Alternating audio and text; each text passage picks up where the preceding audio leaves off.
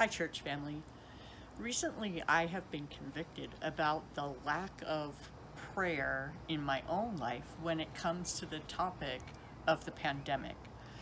At the beginning, I prayed urgently and fervently, and I have moments of that, but I think the longer it has gone on, the more I have become discouraged about praying about that and about the people who are affected. And so it gets more lip service, I would say, from me than actual intentional prayer, believing that God is going to do something.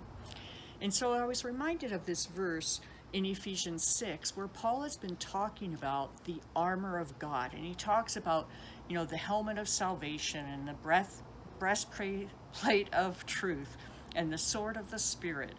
And then he says this: pray in the Spirit at all times and on every occasion.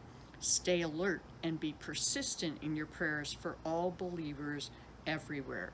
And that just, as I said, kind of convicted me about the fact that Paul is saying that part of our spiritual armor is to pray at all times and on every occasion. That means that we're not just praying when we get up in the morning or before we go to bed or at our meals, but every time that we think about a problem that we're facing, every time we think about a person who might be in need, every time that we see something where we might just praise God rather than ask. And then he goes on to say, stay alert and be persistent. Don't fall asleep while you're praying. Don't lose heart while you're praying. Don't give up while you're praying. Be persistent in bringing our needs before our loving Father. And he ends by saying that those prayers are to be for all believers everywhere. Now, there are certainly other places in the Bible where it talks about other people that we should pray for, but here particularly, Paul is reminding us to pray for all believers everywhere.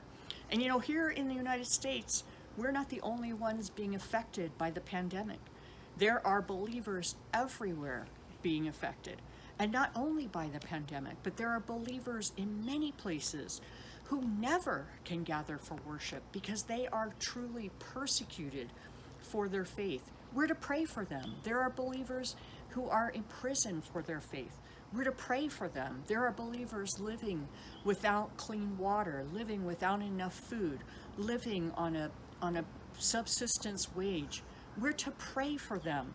There are children of believers who have been left orphaned by disease. We're to pray for them. We're to pray for the people in our congregation, those who are lonely, those who are hurting, those who are unemployed.